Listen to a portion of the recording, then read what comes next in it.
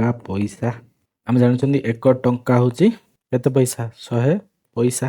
1 ଟଙ୍କା ହେଉଛି 100 ପଇସା। ତାହେଲେ ଯଦି ତୁମକୁ କୁହାଯିବ 5 ଟଙ୍କାଟା କେତେ ପଇସା, ତୁମେ କ'ଣ କରିବ ନା 5 ଗୁଣନ 100 500 ପଇସା କହିବ। ଯେମିତି 1 ଟଙ୍କାଟା ଯଦି 100 ପଇସା, ତ ତୁମକୁ ଯଦି ଦିଆହେଇଥିବ 500 ପଇସାଟା, 500 ପଇସା କେତେ ଟଙ୍କା ହେବ, ତୁମେ କ'ଣ କରିବ ନା ତା ଦେହର 100 ହରିଦେବ। 100 ହରିଦେଲେ ତୁମ ଟଙ୍କା ବାହାରିଯିବ।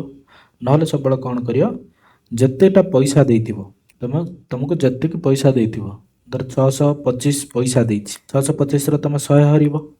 100 ହରିଗଲେ ତୁମକୁ ଯେତେ ଟଙ୍କା ସେତିକି ବାହାରିଥିବ। 625 ହରଣ 100 ହେଲା। ତାହେଲେ ଇଏ 3ଟା ସଂଖ୍ୟା ଅଛି, 3ଟା ସଂଖ୍ୟା ରହିବ ଏଠି। ତାହେଲେ କ'ଣ କରିବା, 100 ଗୁଣନ 6 600 ରହିଲା 25। ଏଠି ଏଇ ଯେଉଁ ଭାଗ ଶେଷରେ ଯେତିକି ରହିଲା ସିଏ ହେଉଛି ପଇସା, ଆଉ ଏଇଠି ଯେତିକି ରହିଲା ଟଙ୍କା, ତାହେଲେ 6 ଟଙ୍କା 25 ପଇସା। 6 ଟଙ୍କା 25 ପଇସା, ହଁ କି ନା? ନହେଲେ ଆଉ କ'ଣ କରିପାରିବା, ଧର ତୁମକୁ କହୁଛି 775 ପଇସା, ତାକୁ ଟଙ୍କା କରିବାର ଅଛି। 100ଟା 1 ଟଙ୍କା, ଆମେ ଜାଣିଛନ୍ତି 1 ଟଙ୍କା ହେଉଛି 100 ପଇସା। 100 ପଇସା ମାନେ 100ରେ କେତେଟା ଶୂନ? 2ଟା ଶୂନ। ତାହେଲେ ସବୁବେଳେ ଡାହାଣ ପଟରୁ 2ଟା ସଂଖ୍ୟା ଛାଡ଼ିକି ବିନ୍ଦୁ ଦେଇଦେବ, ତାପରେ ଲେଖିଦେବ ଇ ଯେତିକି ହେଲା ବିନ୍ଦୁ ପୂର୍ବରୁ ଯେତିକି ହେଲା ଟଙ୍କା, ତାପରେ ଯେତିକି ହେଲା ପଇସା 7 ଟଙ୍କା 75 ପଇସା। ଏମିତି କରିଦେବ ହେଲା। ତୁମକୁ ଯଦି କୁହାହେଇଥିବ 1 ଟଙ୍କା 25 ପଇସା, ଯେ 25 ପଇସା 1 ଟଙ୍କା 25 ପଇସା, 1 ଟଙ୍କା 25 ପଇସାକୁ ପଇସାର ପରିବର୍ତ୍ତନ କର, ତୁମେ କ'ଣ କରିବ, ତା ଦେହରେ 100 ଗୁଣିଦେବ। କାରଣ ଆମେ ଜାଣିଛନ୍ତି ପ୍ରତ୍ୟେକ ଟଙ୍କା 1 ଟଙ୍କା ହେଉଛି 100 ପଇସା। ତାହେଲେ କେତେ ହେଇଯିବ? 125 ପଇସା। ନହେଲେ ତାକୁ କେମିତି କରିବ, 1 ଟଙ୍କା 25 ପଇସା। 1 ଟଙ୍କାଟା ଯେ କେତେ ପଇସା? 100 ପଇସା। 100 ପଇସା ପ୍ଲସ୍ 25 ପଇସା କେତେ ହେଲା? 125 ପଇସା। ନହେଲେ ଧର ତୁମକୁ କି କହିଛି 8 ଟଙ୍କା 25 ପଇସା ଯେ କେତେ ପଇସା ହେବ, ତମେ କ'ଣ କରିଦେବ ନା ସେଇ 8 5 ପାଖରେ ଲେଖିଦେବ 825 ପଇସା ହେଲା। ନହେଲେ ତାକୁ 8 ଟଙ୍କା 25 ପଇସା ଜଣେ ଯଦି କହିଥିବ, ପଇସାକୁ ପଇସା ରଖିଦେଲ, ତାପରେ ଟଙ୍କାଟାକୁ ପଇସା କରିଦେବ। 8 ଟଙ୍କା ଯେ କେତେ ପଇସା? 8 ଗୁଣନ 100 800 ପଇସା। 800 ପଇସା ପ୍ଲସ୍ 25 ପଇସା କେତେ ହେଲା? 825 ପଇସା। ଇଏ ହେଇଗଲା ଟଙ୍କାର ପଇସା, ପଇସାର ଟଙ୍କା। ଏବେ ଯଦି ତୁମକୁ କୁହାହେଇଥିବ ମିଶାଣ ଫେଡ଼ାଣ କରିବା ପାଇଁ, ତୁମକୁ କୁହାହେଇଥିବ 8 ଟଙ୍କା 25 ପଇସାରେ 9 ଟଙ୍କା 75 ପଇସା ମିଶାଅ। ତୁମେ ତାକୁ ଏମିତି ଡାଇରେକ୍ଟଲି ମିଶାଇ ପାରିବ, ଯେମିତି ମିଶାନ୍ତି 5 5 10, 10ରୁ 0 ନେଲା 1, 7 9, 9 1 10, 10ରୁ 0 ନେଲା 1, 9 8 17 1 18, ତାହେଲେ ହେଲା। ତାପରେ 2ଟା ଘର ଛାଡ଼ିକି ଏଠି ବିନ୍ଦୁ ଦେଇଦେବ, ତାହେଲେ 18 ଟଙ୍କା ହେଲା। ନହେଲେ ତାକୁ ପଇସାରେ ପ୍ରଥମେ ପଇସାକୁ ପରିବର୍ତ୍ତନ କରିଦେବ, ତାପରେ ତାକୁ ମିଶାଇ ଦେବ 8 ଟଙ୍କା 25 ପଇସା 825, 9 ଟଙ୍କା 75 ପଇସା 975 ପଇସା। ତାପରେ ତାକୁ ମିଶାଇ ଦେବ 5 5 10, 10ରୁ 0 ନେଲା 1, 7 9, 9 1 10, 10ରୁ 0 ନେଲା 1, 9 8 17 1 18, 1800 ପଇସା। 1800 ପଇସା ମାନେ ତାକୁ ଟଙ୍କାର ପରିବର୍ତ୍ତନ କରାଗଲେ ଡାହାଣ ପଟରୁ 2ଟା ସଂଖ୍ୟା ଛାଡ଼ିକି ବିନ୍ଦୁ ଦେଇଦେବ ବା ଦଶମିକ ଦେଇଦେବ, ତାହେଲେ ଇଏ ହେଲା 18 ଟଙ୍କା, ଇଏ ହେଲା 0 ପଇସା। ଏମିତି କରିବ। ସେମିତି ଫେଡ଼ାଣ ବି ସେମିତି କରିବ। ଧର ତୁମକୁ କୁହାଯାଇଛି 100 ଟଙ୍କାରୁ 50 ଟଙ୍କା 25 ପଇସା ଫେଡ଼ିବାର ଅଛି, କ'ଣ କରିବ? ଏଠି 0 ଅଛି, 0ରୁ ତ 5 ଯାଇପାରିବନି। ଇଏ କ'ଣ କରିବ, ଏଇଠୁ ଏଇ 1ଟା ଏଇଠିକୁ ଯିବ, ଏଇଠୁ ହେଇଗଲା 10, 10ରୁ 5 ଗଲେ 5, ଏଠି ରହିଛି କେତେ? 9, 9ରୁ 2 ଗଲେ 7, ଏଠି 9ରୁ 0 ଗଲେ 9, ଏଠୁ 9ରୁ 5 ଗଲେ 4, ତାହେଲେ ହେଲା 49 ଟଙ୍କା 75 ପଇସା। ଏମିତି ତୁମେ ଫେଡ଼ି ପାରିବ। ନହେଲେ କ'ଣ କରିବ, ଏଟାକୁ ପଇସା କରିଦେବ। 100 ଟଙ୍କା ମାନେ 100ରେ ପଇସାରେ 2ଟା ଶୂନ ମିଶାଇ ଦେବ, ସେଭଳିଆ 50 ଟଙ୍କା 25 ପଇସା ମାନେ 50 25କୁ ପାଖାପାଖି ଲେଖିଦେବ। ମାନେ 100 ଗୁଣିଆ ମାନେ କ'ଣ, ଏଇ 2ଟା ଅଛି କି ଆସେ ତ ଏଇ 2ଟା ସଂଖ୍ୟା ପରେ ଦଶମିକ ପଡ଼ିବ, ବା ଏଇ ଆଡ଼କୁ 2ଟା ଘୁଞ୍ଚି ଆସିବ 50 25, ତାହେଲେ ଏଥିରୁ ଏତିକି ଫେଡ଼ିଦେବ। ତାହେଲେ ଏଇଟା ଫେଡ଼ିଲେ କ'ଣ ହେବ? 10ରୁ 5 ଗଲେ 5, 9ରୁ 2 ଗଲେ 7, 9ରୁ 0 ଗଲେ 9, 9ରୁ 5 ଗଲେ 4, 975 ପଇସା। 975 ପଇସାକୁ ଟଙ୍କା କଲେ କ'ଣ ହେବ?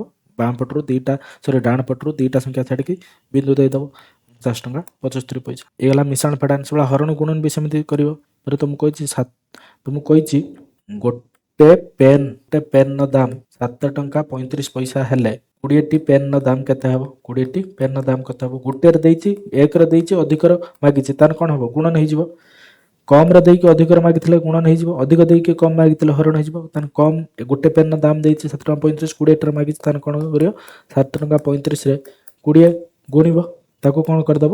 7 ଟଙ୍କା 35କୁ ତୁମେ ପ୍ରଥମେ ପଇସାର ପରିବର୍ତ୍ତନ କରିଦେବ। ସେ କେତେ? 735 ଗୁଣନ 20 ହେଲା, ଯେତିକି ଟଙ୍କା ହେବ ଶୂନ ଶୂନ ରହିଲା 2 5 10 ଶୂନ ନଥିଲା 1 2 3 6 1 7 2 7 14 ତାହେଲେ ଏତିକି ପଇସା ଯଦି ହବ ତାକୁ ଟଙ୍କାରେ ପରିବର୍ତ୍ତନ କଲେ କ'ଣ ଦୁଇଟା ଘର ଛାଡ଼ିକି ଏଇଠି ବିନ୍ଦୁ ଦେଇଦେବ ତାହେଲେ 147 ଟଙ୍କା ହେଇଯିବ। ଏମିତି କରିବ। ଆଦର୍ଶରେ ଏମିତି ପ୍ରଶ୍ନ ଆସିପାରେ ଗୋଟିଏ କଲମର ଦାମ 18 ଟଙ୍କା ଗୋଟିଏ ପେନସିଲର ଦାମ 6 ଟଙ୍କା ହେଲେ 24ଟି କଲମର ଦାମ ବଦଳରେ କେତୋଟି ପେନସିଲ କିଣି ହେବ? ଗୋଟିଏ କଲମର ଦାମ କେତେ କହୁଛି? ଗୋଟିଏ କଲମର ଦାମ 18 ଟଙ୍କା ଆଉ ଗୋଟିଏ ପେନସିଲର ଦାମ 6 ଟଙ୍କା। ସେ କହୁଛି 24ଟି କଲମର ଦାମରେ, ତାମାନେ 24ଟି କଲମ, ଗୋଟିଏ କଲମର ଦାମ ଯଦି 18 ଟଙ୍କା ହେଲା 24ଟି କଲମର ଦାମ କେତେ ହେବ? 18 ଗୁଣନ 24 ଯେତେ ହେଲା ଇଏ ଯେତିକି ବାହାରିବ ମନେକର ଏକ୍ସ, ଏଇ ଯେଉଁ ଏକ୍ସ ଟଙ୍କାରେ କେତୋଟି ପେନସିଲ କିଣି ହେବ? ଯେତେବେଳେ ଗୋଟେ ପେନସିଲ ହେଉଛି 6 ଟଙ୍କା, ଯଦି ଗୋଟେ ପେନସିଲ 6 ଟଙ୍କା ଏକ୍ସ ଟଙ୍କାରେ କେତୋଟି ପେନସିଲ କିଣି ହେବ? ନା ଏକ୍ସ ହରଣ 6 କରିଦେବା। ଚାଲ ଏଇଟା କରିବା। ଗୋଟେ କଲମର ଦାମ ହେଉଛି କେତେ ଟଙ୍କା? 18 ଟଙ୍କା। 18 ଟଙ୍କା ତାହେଲେ 24ଟି କଲମର ଦାମ କାଟିଦେବା। 24ଟି କଲମର ଦାମ ହେଉଛି 18 ଗୁଣନ 24, ଏଇଟା ଗୋଟେ 24, 24ରେ 18 ଗୁଣ ଦେବା। 8 ଚଉ 32, 3 2 32, 2 ନେଲା 3, 8 ଦୁଣେ 16 3 19, 1 ଚଉ 4, 1 ଦୁଣ 2, 2 9 4, 13 13 3 ନେଲା 1, 2 1 3, 3 1 4, 432 ତାହେଲେ ଟଙ୍କା। ତାହେଲେ 24ଟି କଲମ କିଣିବା ପାଇଁ କେତେ ଟଙ୍କା ଦରକାର? 432 ଟଙ୍କା ଦରକାର। ଗୋଟେ ପେନସିଲର ଦାମ କେତେ? ଗୋଟେ ପେନସିଲର ଦାମ ହେଉଛି 6 ଟଙ୍କା। ଗୋଟେ ପେନସିଲର ଦାମ ଯଦି 6 ଟଙ୍କା ହେଲା 432 ଟଙ୍କାରେ କେତେଟି ପେନସିଲ କିଣି ହେବ? ନା 432 ହରଣ 6, ତାହେଲେ ଏଟାକୁ ହରଣ କରିଦେବା। 432 ହରଣ 6, এটা ଏକଙ୍କ ବିଶିଷ୍ଟ ସଂଖ୍ୟା। ଆମେ ତାହେଲେ ଏଠି ଏକଙ୍କ ବିଶିଷ୍ଟ ସଂଖ୍ୟା ଦେଖେ 4ଟା ହେଉଛି 6ଟାରୁ ସାନ, ତାହେଲେ ଏଠି 0 ଦେବା, ମାଇନସ୍ 0 କରିଦେବା। 4 4 ଓହ୍ଲେଇଲା 43, 3 ଓହ୍ଲେଇଲା ଏଠି 43, 6 7 42, 1 ଓହ୍ଲେଇଲା ଏଠି ଇଏ 2 ମାଇନସ୍ କରିଦେଲେ 6 ଦୁଣେ 12, ତାହେଲେ କେତେ ହେଲା ଭାଗଫଳ? 72। ତାହେଲେ ଆମେ 432 ଟଙ୍କାରେ 72ଟି ପେନସିଲ କିଣିପାରିବା। ତାହେଲେ ଉତ୍ତର କ'ଣ ହେଇଯିବ? ଡି 72।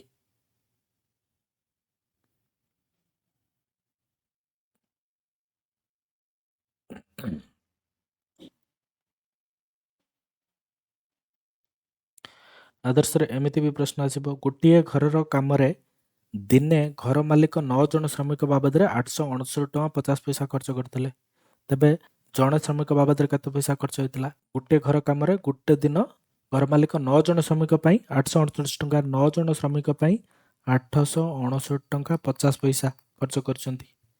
ତାହେଲେ ଜଣକ ପାଇଁ 9 ଜଣଙ୍କ ପାଇଁ ଏତିକି, ତାହେଲେ ଜଣକ ପାଇଁ କେତେ? ତାହେଲେ କ'ଣ ହେବ? 9 ୟା ଦ୍ୱାରା ହରି ହେଇଯିବ। ଅଧିକ ଦେଇକି କମ ପଚାରିଛି ମାନେ ହରଣ ହେବ। ମନେ ରଖିଥିବ ସେଟା, ଅଧିକ ଦେଇକି କମ ପଚାରିଥିବ ମାନେ ହରଣ ହେବ, କମ ଦେଇକି ଅଧିକ ପଚାରିଥିବ ମାନେ ଗୁଣନ ହେବ। ତାହେଲେ ଆମେ 869 ଟଙ୍କା 50 ପଇସାରେ 9 ହରିବା। ଚାଲ କରିବା। 869 ଟଙ୍କା 50 ପଇସାରେ 9 ହରିବା। ହରିବା ପାଇଁ ହେଲେ ଆମକୁ କ'ଣ କରିବା ପାଇଁ ପଡ଼ିବ? ମୁଁ ସବୁବେଳେ ଏଇ ଫର୍ମୁଲାଟା ସୂତ୍ରଟା ବ୍ୟବହାର କରେ। ପ୍ରଥମେ ଏଇ ଯେଉଁ 869 ଟଙ୍କା 50 ପଇସା ଅଛି ତାକୁ ଏ ଟଙ୍କାରେ ଅଛି ତାକୁ ପଇସାରେ ପରିଣତ କରିଦେବ। ପଇସା ପରିଣତ କରିବ ମାନେ କ'ଣ? ଏଇ ଯେଉଁ ଦଶମିକ ପରେ ଯେଉଁ ଦୁଇଟା ବିନ୍ଦୁ ଦୁଇଟା ସଂଖ୍ୟା ଅଛି ତାକୁ ୟା ସହିତ ମିଶେଇକି ଲେଖିଦେବ, ଦଶମିକଟାକୁ ଉଠେଇଦେବ, ତାହେଲେ ଇଏ ହେଇଯିବ 8 5 9 5 8 5 9 5 0। ଆମେ ଜାଣିଛନ୍ତି 1 ଟଙ୍କାଟା ହେଉଛି 100 ପଇସା। ତାହେଲେ ୟା ଦ୍ୱାରା ଆମେ 100 ଗୁଣିବା। 100 ଗୁଣିବା ମାନେ କ'ଣ? ଏଇ ଦଶମିକଟା ହଟିଯିବ। ତାହେଲେ 8 5 9 5 0, 8 5 9 5 0ରେ ଆମେ 9 ହରିଦେବା। ହେଲେ ପ୍ରତ୍ୟେକ ଶ୍ରମିକଙ୍କୁ କେତେ ଟଙ୍କା ମିଳିଲା ଜଣାପଡ଼ିଯିବ। ଚାଲ ହରିବା ଆରମ୍ଭ କରିବା। 9 9 ଏକଙ୍କ ବିଶିଷ୍ଟ ସଂଖ୍ୟା, ଇଏ ବି ଏକଙ୍କ ବିଶିଷ୍ଟ ସଂଖ୍ୟା କିନ୍ତୁ ଇଏ ସାନ, ସେଥିପାଇଁ ଏଠି 0 ଦେବା, ଏଠି 0 ଫେଡ଼ିଦେବା। 8 ଏଠି ଓହ୍ଲେଇଲା, ତାପରେ ଇଏ 5 9 ପଣିକାରେ 9 9 81 ଫେଡ଼ିଦେବା, ହେଲା 4 49, ତାପରେ 9 5 45 ଫେଡ଼ିଦେଲେ, 9 5 ହେଲେ 4 5 ଓହ୍ଲେଇଲା, 9 5 45 0, ଇଏ ରହିଲା ଏଠି 0 0। ତାହେଲେ କେତେ ପଇସା ହେଇଗଲା? 9550। ଏତିକି ପଇସାକୁ ଟଙ୍କାରେ ପରିବର୍ତ୍ତନ କରିବାକୁ ହେଲେ କ'ଣ ହେବ? ତ ଆମେ 100 ହରିଦେବା। 100 ହରିବା ମାନେ କ'ଣ? ଡାହାଣ ପଟରୁ ଦୁଇଟା ସଂଖ୍ୟା ଛାଡ଼ିକି ଦଶମିକ ଦେଇଦେବ। ୟା ପୂର୍ବ ସଂଖ୍ୟାଟା ହେଇଯିବ ଟଙ୍କା, ୟା ଦଶମିକ ପର ସଂଖ୍ୟାଟା ହେଇଯିବ ପଇସା। ତାହେଲେ କେତେ ହେଲା? 95 ଟଙ୍କା 50 ପଇସା। 95 ଟଙ୍କା 50 ପଇସା ବା ତାକୁ ଆମେ ଲେଖିପାରିବା 95.50 ଟଙ୍କା। ଏଇଠି ଲେଖା ହେଇଛି 95 ଟଙ୍କା 50 ପଇସା। ଏତିକି ହେବ, ସି ହେଇଯିବ ଉତ୍ତର। ଅଙ୍କିତା 74 ଟଙ୍କାରେ ହଳେ ଜୋତା କିଣି ଦୋକାନୀକୁ 100 ଟଙ୍କିଆ ନୋଟଟିଏ ଦେଲା। ଦୋକାନୀ ତାକୁ କେତେ ଟଙ୍କା ଫେରାଇବ? ଏଇଟା ସହଜ ପ୍ରଶ୍ନ। 74 ଟଙ୍କାରେ କିଣିଲା, 100 ଟଙ୍କା ଦେଲା, 100 ଟଙ୍କା ମାଇନସ୍ 74 କରିଦେବା। ଏଠି 0ରୁ 4 ଯାଇପାରିବେନି, 1 10 ମାଗିଲା, ଇଏ ବି 0, ସେଥିପାଇଁ ଏଇଠୁ 1 10 ନେଲା, ଇଏ ହେଲା 10, 10ରୁ ଏଠି 1 ପଳେଇଲା, ଏଠି ହେଲା 9, ଏଠି ହେଲା 10, 10ରୁ 4 ଗଲେ 6, 9ରୁ 7 ଗଲେ 2, ତାହେଲେ ଆଉ 26 ଟଙ୍କା ଫେରାଇବ। 26 ଟଙ୍କା ଫେରାଇବ, ବି ହେଇଯିବ ଉତ୍ତର। ବୃତ୍ତି ପରୀକ୍ଷାରେ ଏମିତି ପ୍ରଶ୍ନ ଆସିପାରେ, 3985 ପଇସା କେତେ ଟଙ୍କା ହେବ? ପଇସା ଆମେ ଜାଣିଛନ୍ତି 1 ଟଙ୍କା ହେଉଛି 100 ପଇସା। ତାହେଲେ ଏତିକି ପଇସାଟା କେତେ ଟଙ୍କା ହେବ? ନା ତା ଦ୍ୱାରା ଆମେ 100 ହରିଦେବା। 3985ରେ 100 ହରିଦେବା। ତା ମାନେ କ'ଣ? 100 ହରିବା ମାନେ କ'ଣ? ଡାହାଣ ପଟରୁ ଦୁଇଟା ସଂଖ୍ୟା ଛାଡ଼ି ଦଶମିକ ବିନ୍ଦୁ ଦେଇଦେବ। ଇଏ ହେଇଯିବ 39 ଟଙ୍କା 85 ପଇସା। 39 ଟଙ୍କା 85 ପଇସା, ଏଇଟା ହେଇଯିବ ଉତ୍ତର। ଯେତେବେଳେ ବି ତୁମକୁ ପଇସାକୁ ଟଙ୍କାରେ ପରିବର୍ତ୍ତନ କରିବାର ଥିବ, ତୁମେ କ'ଣ କରିବ? ଯେଉଁ ସଂଖ୍ୟାଟି ବି ଦେଇଥାକୁ ବାମ ପଟରୁ ଦୁଇଟା ସଂଖ୍ୟା ଛାଡ଼ିକି 0 ଦେଇଦେବ। ମୁଁ କହିବି ଧର ତୁମକୁ 1000 ପଇସା ଅଛି, କେତେ ଟଙ୍କା ହେବ? ତାହେଲେ ଡାହାଣ ପଟରୁ ଦୁଇଟା ସଂଖ୍ୟା ଛାଡ଼ି ଦଶମିକ 0 ଦେଇଦେବ। ଏଇଠି ଦେଇଦେଲ, ତାହେଲେ ଦଶମିକର ବାଁ ପଟକୁ ଯେଉଁଟା ରହିଲା ସେ ଟଙ୍କା, ଦଶମିକର ଡାହାଣ ପଟକୁ ରହିଲା ସେ ପଇସା, ତା ମାନେ 10 ଟଙ୍କା 0 ପଇସା ହେଲା। ମୁଁ ଯଦି କହିବି 55 55 କେତେ ପଇସା ଅଛି, କେତେ ଟଙ୍କା ହେବ? ଡାହାଣ ପଟରୁ ଦୁଇଟା ଘର ଛାଡ଼ି ଦଶମିକ ବିନ୍ଦୁ ଦେଇଦେଲ, ଦଶମିକ ବିନ୍ଦୁର ବାଁ ପଟରେ ଯେତିକି ଟଙ୍କା, ତାହେଲେ କେତେ ହେଲା? 55 ଟଙ୍କା 55 ପଇସା। ଏଇଭଳିଆ ହେବ। ବୃତ୍ତି ପରୀକ୍ଷାରେ ଏମିତି ବି ଆସିପାରେ, 222 ଟଙ୍କା 50 ପଇସାକୁ ପଇସାରେ ପ୍ରକାଶ କଲେ କେମିତି ହେବ? 222 ଟଙ୍କା ଆଉ 50 ପଇସା, ହଁ କି ନା? 222 ଟଙ୍କାକୁ ଯଦି ପ୍ରଥମେ 222 ଟଙ୍କାକୁ ତମେ ପଇସାରେ ପରିଣତ କରିବ, କେମିତି ହେବ ପରିବର୍ତ୍ତନ କରିବ? ଯଦି 222 ଗୋଟେ ଟଙ୍କା ହେଉଛି 100 ପଇସା, ତାହେଲେ 100, ତାହେଲେ 222ର ଦୁଇଟା 0 ମିଶାଇଦେବ, ଆଉ ତା ସହିତ 50 ପଇସା ଯେଉଁ ଅଛି ତାକୁ ଯୋଡ଼ିଦେବ। 0କୁ 0, 5କୁ 5, ତା ପୂର୍ବରୁ 3ଟା 2, 5 0, 3ଟା 2 5 0, କୁଆଡ଼େ ଗଲା? 3ଟା 2 5 0, 3ଟା 2 5 0, ଏଇଟା। ନହେଲେ ସିଧା ମନେ ରଖିଥିବ, ଯଦି 222 ଟଙ୍କା 50 ପଇସା ଏଇଭଳିଆ ତୁମେ ଲେଖିଲ ପ୍ରଥମେ, ତାପରେ ୟାକୁ ଯଦି ତୁମକୁ ପଇସାକୁ ପରିବର୍ତ୍ତନ କରିବାର ଅଛି, ଦଶମିକ ବିନ୍ଦୁଟା ଉଠାଇଦେବ, 3ଟା 2 5 0 ପାଖରେ ପାଖରେ ଲେଖିଦେବ, ହେଇଗଲା ସେତିକି।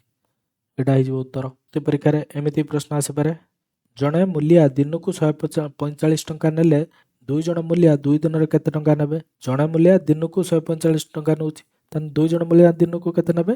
145 ଗୁଣନ 2, 2 5 10ରୁ 0 ନିକଳିଲା 1, 2 4 8, 1 9, 2 2 290 ଟଙ୍କା ଦିନକୁ। 290 ଟଙ୍କା ଦିନକୁ ନେବେ, 2 ଦିନକୁ କେତେ ନେବେ? 290 ପ୍ଲସ୍ 290, 0କୁ 0, 9 9 8ରୁ 8 ନେଲା 1, 2 2 4 1 5, 580 ଟଙ୍କା ନେବେ। 580 ଟଙ୍କା, ଏଇଟା ହେଇଯିବ ଉତ୍ତର।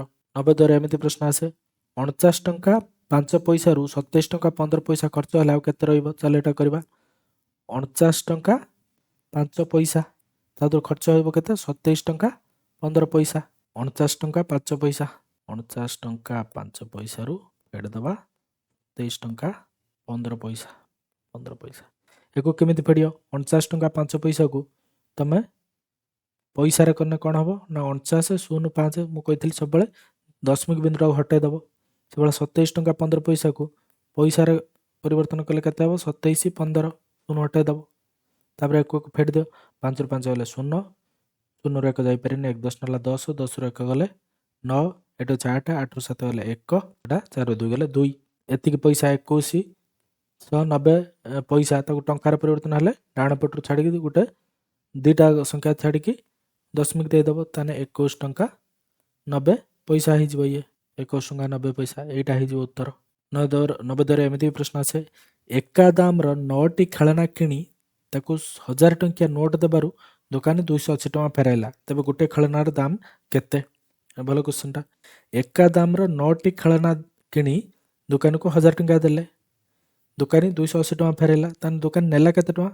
ଦୋକାନୀକୁ ଆମେ 1000 ଟଙ୍କା ଦେଲେ, ଦୋକାନୀ 280 ଟଙ୍କା ଫେରାଇଲା, ତାହେଲେ ଦୋକାନୀ ନେଲା କେତେ? ଫେଡ଼ିଦେବା ଚାଲ।